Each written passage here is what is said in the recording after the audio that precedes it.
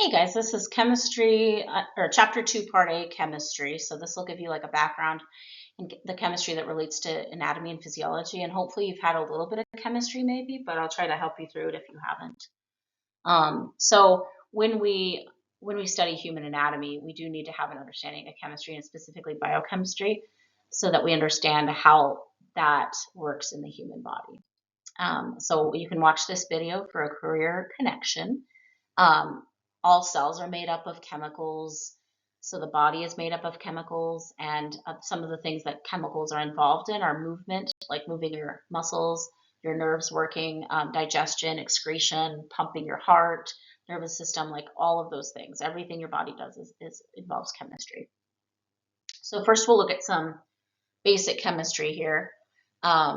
So matter is this definition you've probably seen before, anything that has mass and occupies space. So things like air and water and the chair you're sitting in, your pencil, right? And things that are not mass would be like light, heat, energy, feelings, thoughts, things like that. Vacuum. And so it matters anything that we can see, smell, or feel. And then if it has mass, it's also going to have weight. There are 3 states of matter that you've hopefully learned about: solids, liquids, and gases, and then also plasma, but we don't really deal with that with human anatomy unless somebody got struck by lightning, I suppose. Energy is the ability to do work. That's kind of the physics definition, or put matter into motion. That's more of a chemical definition. We'll talk about energy because that's what makes our cells work, but it does not have mass. It's not matter. Energy and matter are different. Okay, and then you can watch this video about energy if that's helpful. There's lots of different kinds of energy, but 2 of them that are important are kinetic and potential. Kinetic is energy in motion, and potential is stored energy. So we usually think of potential energy as something that's like high up, right? And then once it's dropped, it has kinetic energy, and that's converted. But potential energy can also be in chemicals. So there's chemical potential energy, and that's more what we would talk about usually with human anatomy and living things. So here are some other types of energy. Chemical energy can be potential. Electrical energy is another type. Electrical energy is involved in human body mechanisms, like a nervous system. Mechanical energy is moving things, and then radiant or electromagnetic energy is light, also heat, UV, X-rays, all of that. Energy we should know this too, it can't be created or destroyed, but it can change forms, right? So you can change it from kinetic to potential and electrical to chemical and all of those. Okay, now for section 2, matter is made of elements. There's about 90 naturally occurring elements, but I think probably around 120, but the remaining 30 are typically considered man-made. But there's only 6 that make up most of the human body, and that's CHONPS. They list CHON here. Those are the main ones. Those 4 make up 90%, 96% of the body.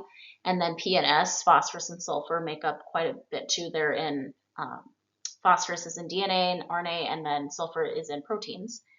And then there's 11 total that make up like virtually all of the elements. So our body doesn't have most of the elements on the periodic table. And then elements are made of atoms. So each type of atom is a specific type of element. They all have their own physical and chemical properties, like gold or hydrogen or helium. And we use symbols for these. So some of the symbols are 1 letter and some are 2 letters, like oxygen and carbon have 1 letter, and then sodium has 2 letters. And sometimes they're weird because they came from like Latin or a different language. And some of them are named after people, right? So here's how much of your body mass is made up of CHON. So I tell my students, CHO makes up carbs and lipids, and then CHOMP, CHONP makes up DNA, and then CHONS makes up proteins, CHONS. And also, I should have said lipids are also sometimes have P. So lipids are CHOP, but some of them are just CHO, CHO. So those are the main elements that make up our macromolecules. So most of our bodies, like obviously our cells are made of our macromolecules, or carbs, lipids, proteins, and nucleic acids. And so most of our cells are made of these elements. And then here's some other ones and like what they're for, but these are in present in less of an amount. And then these are trace. Okay, a little bit on atoms that you've hopefully learned. Atoms are composed of protons, neutrons, and electrons, and protons are in the nucleus, and so are neutrons. Protons have a positive charge, neutrons have a neutral charge, or no charge, and then electrons are in the outer shell, and they have a negative charge. It's hard for us to visualize an atom, and we've never technically seen one, but they have a couple different models that help us to see what they might look like. You might have heard of the planetary model that's like planet orbits, but it's not super accurate. And then orbital's a little better, but so simplified and outdated for the planetary model. And then orbital model is like more three-dimensional, and it's like suggesting that the electrons are in a region of space around the nucleus and not in a specific orbit or path. So that's kind of the difference. So here's your comparison. On the right is planetary, on the left is orbital. So for orbital, we know the electrons are somewhere in there, but you can think of it like a fluff of smoke. We don't really know where the electron is at any time. If we measure it, we disturb it. But we just know it's probably in that range versus in this direct path of the orbit. So every element or every type of atom is going to have a certain number of protons and neutrons and electrons, and then there's also isotopes, which can have different numbers of neutrons, and ions, which have different numbers of electrons. But the key is they all always have to have the same number of protons. That's what stays the same. So helium always has 2 protons, lithium always has 3, hydrogen always has 1. And then you can change the number of neutrons and electrons and make isotopes or ions. Okay, so here's hydrogen, helium, and lithium. Hydrogen is weird because it doesn't even have a neutron. It's just a proton and an electron. So that's kind of a weird one. But those are 3 simple atoms. Those are the smallest, right? On the periodic table, we can find information that's useful. One thing we can find is the atomic number, and that tells us how many protons there are.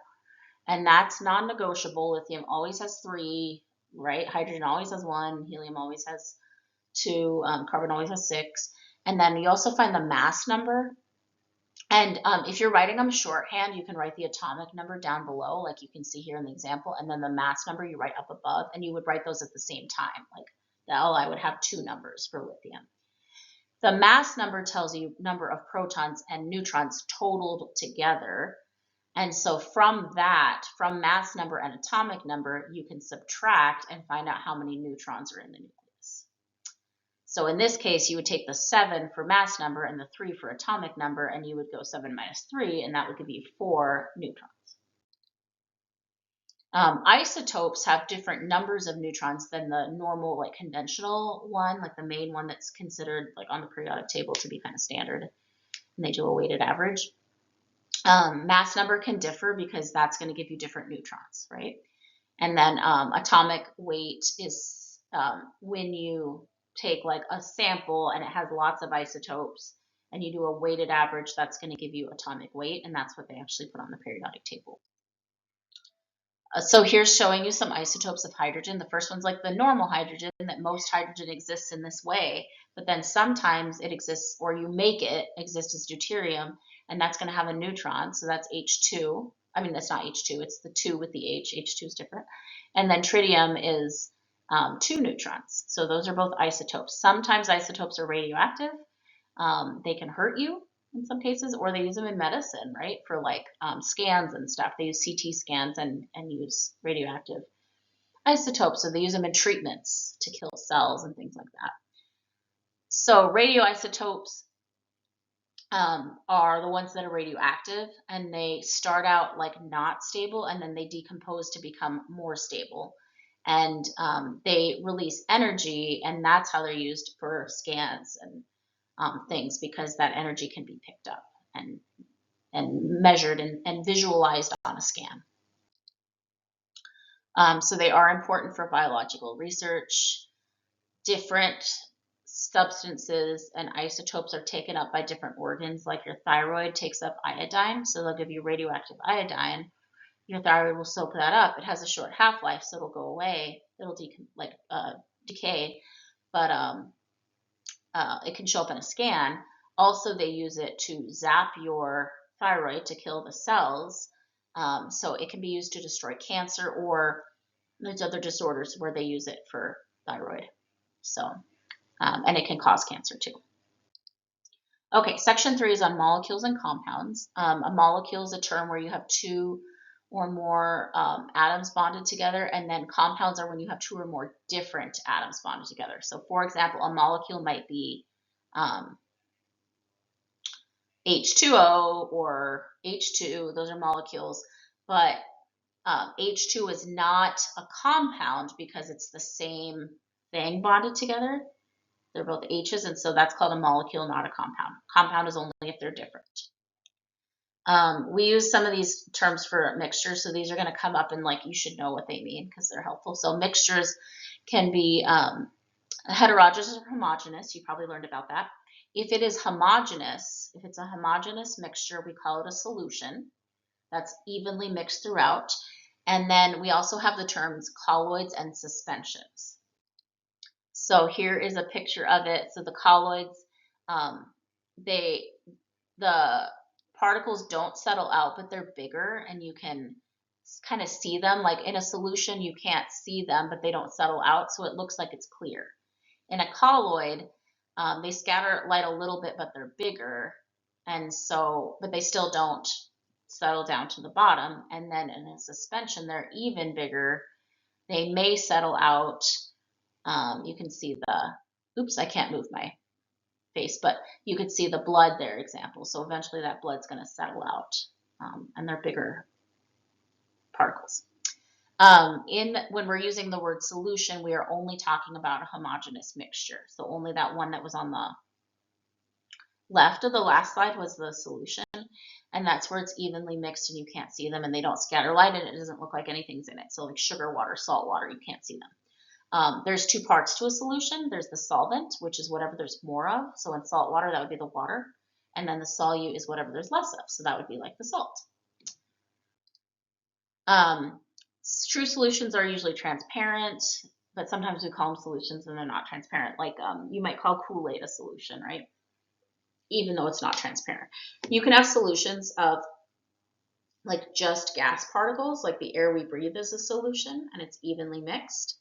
Or it could be all solid, like brass in a brass instrument, that's a solution and it's solid. Or you can have like combinations like carbonated drink is a gas liquid solution, but also has solids in it, like the sugar and stuff. So you can have all combinations of that. There's different ways that we measure concentrations of solutions, and this is really important for like medication when you're administering IVs and things like that. So one way that you can measure it is the percent of solute, so like how much salt do you have in your solution. If you have 10 parts salt and 90 parts water, that's a 10% salt solution. So that's one way. They also do milligrams per deciliter. A deciliter is a volume measurement. Milligrams is a mass measurement. So that's another way that you'll see it, mg per dl. You might see this in like some of these measurements you'll see in like blood levels when they're doing blood testing, right? Things like that. Another way we do it, this is more in chemistry, but you'll see it in the medical field, is molarity. Molarity tells you how many moles per liter. Moles is a way that we measure things in chemistry, and it allows us to count the number of individual particles because not everything has the same mass. So like gold is going to weigh different from carbon, but moles allows us to count the particles and not base it off of mass, which is more accurate. And we use what we call Avogadro's number. So we take moles, which is like a certain amount, number of particles divided by liter. Okay, colloids, I think we saw this a second ago. So no, maybe not. Colloids are heterogeneous, so that's different from homogeneous. The particles are not mixed evenly throughout, and they're usually large, and it can look like milky. So Jello, going from liquid to gel is their example there. So that's a colloid, you're going to see that term. And then suspensions are also heterogeneous. They are bigger particles and they do settle out. So you can think of like water and sand. Okay. I feel like we said. Okay, so differences between mixtures and compounds. So mixtures, if it's a mixture like of salt water, that does not mean that the salt and the water are bonding. In a compound, they did bond, like the salt, the Na and the Cl bonded, but in salt water, there's not bonding. You could physically separate them and it's not a chemical change. Chemical changes are when you can't change it back. So that's the difference there. Okay, so now for some chemical bonds. Chemical bonds are interactions between electrons and the nucleus of another atom. And there's a few different kinds of chemical bonds that I'll talk about. But it's about the electrons interacting with the nucleus of another atom. So electrons are in the electron shells. We saw that orbital model. And in these shells, you can hold, the second shell, you can hold up to 8 electrons. So we use the octet rule, and that's usually kind of the rule we use when we're doing bonding. But the third shell technically can hold 18, and then it goes up from there. And then the first shell that only like hydrogen and helium have, they can hold 2 electrons.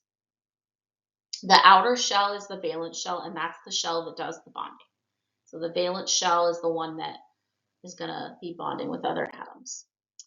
So here's the octet rule. All atoms want to have 8 electrons in their valence shell, so they're going to beg, borrow, or steal to get that full outer shell of 8 electrons, and that's where bonding comes in. If it's hydrogen or helium, they're only going to need 2 electrons, and that's called the duet rule.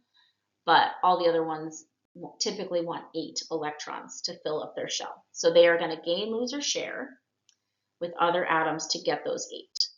So here's helium. Helium is like anything that's a noble gas, right, on the periodic table that's on the right side. Those are all, they have complete shells, so they're probably not going to bond with very much. So helium right now has 2 electrons. That's what it wants. It's happy. It's not going to bond. These are inert. Neon has 8 on the outer shell. It's happy. It's full. It's not going to try to get more. But these are reactive. So hydrogen wants 2. It's going to bond with something, probably share electrons to get 2, get another one shared with it. Oxygen has 6. It wants 2 more. So if you take 2 hydrogens and an oxygen and bond them covalently, you're going to get water. So that's a good example of one. And then carbon has 4 electrons. It's going to share to get 8. And sodium has 1 electron on the outer shell, the valence shell. It's going to give it away to bond with something. So 3 bonds that we'll look at are ionic, covalent, hydrogen. There are other ones, but in this class, these are important. So ionic bonds are when the electrons are taken or given, gained or lost, and then the atom becomes charged. So a good example is NaCl. Na becomes positive, Cl becomes negative, and they bond ionically. When an atom loses an electron, here we are, it becomes a cation because it becomes positive. So if they lose an electron, they become positive.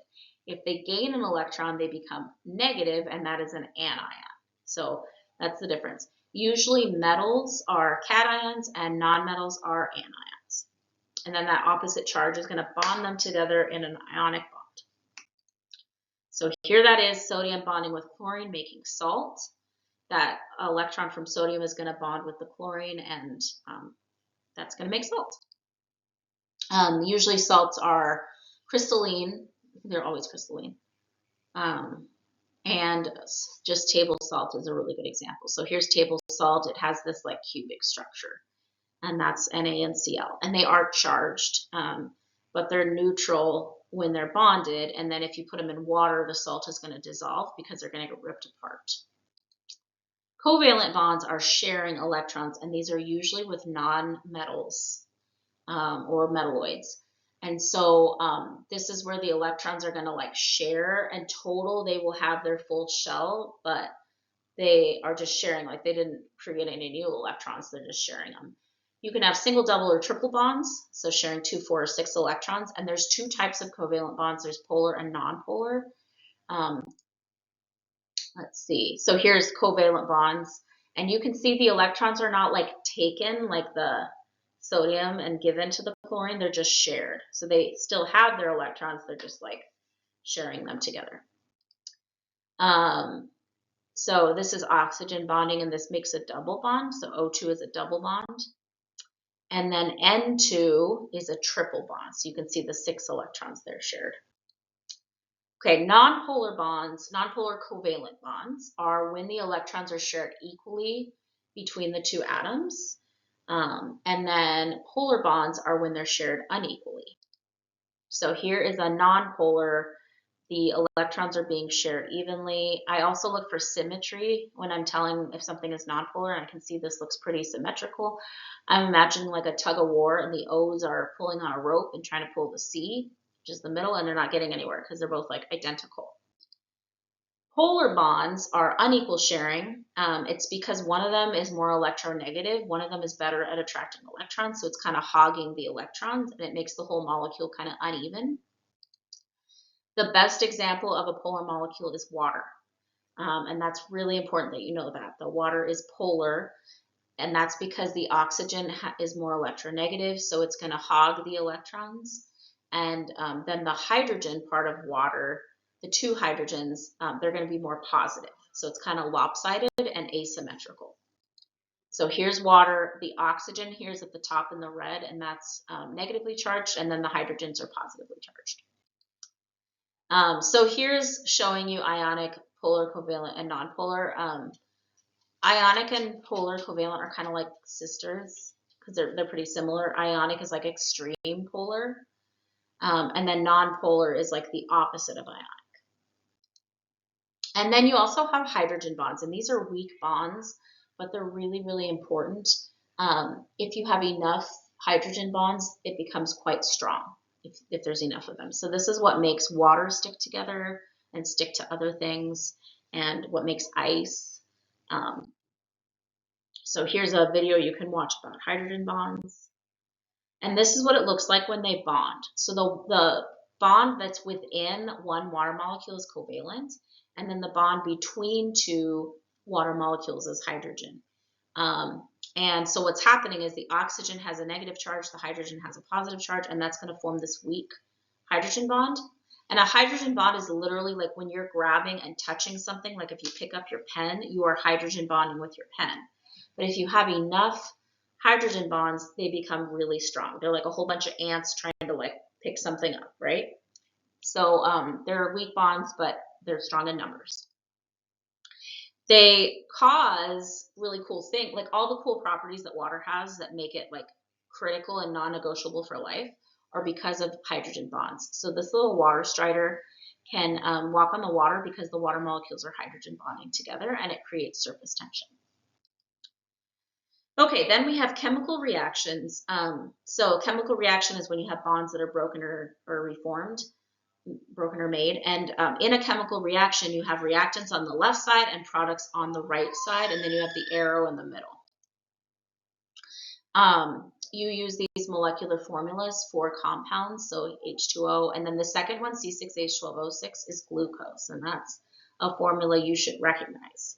So keep an eye out for that. When you see that, that should say glucose to you. This is how we set up a equation or formula. So the reactants are on the left, the products are on the right, and then you have the arrow in the middle, and the arrow represents the word produces. So you say H plus H produces H2. There's lots of different chemical reactions that happen in your body, more than you spend your lifetime learning about them. But one important type is called synthesis. A synthesis reaction is when you're building things. To synthesize means to make something. So you're taking parts and you're making a whole. That is synthesis.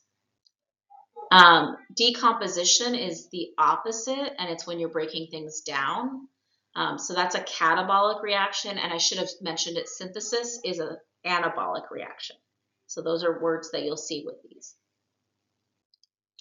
So here's decomp. This is catabolic. It's breaking it down, also called catalysis.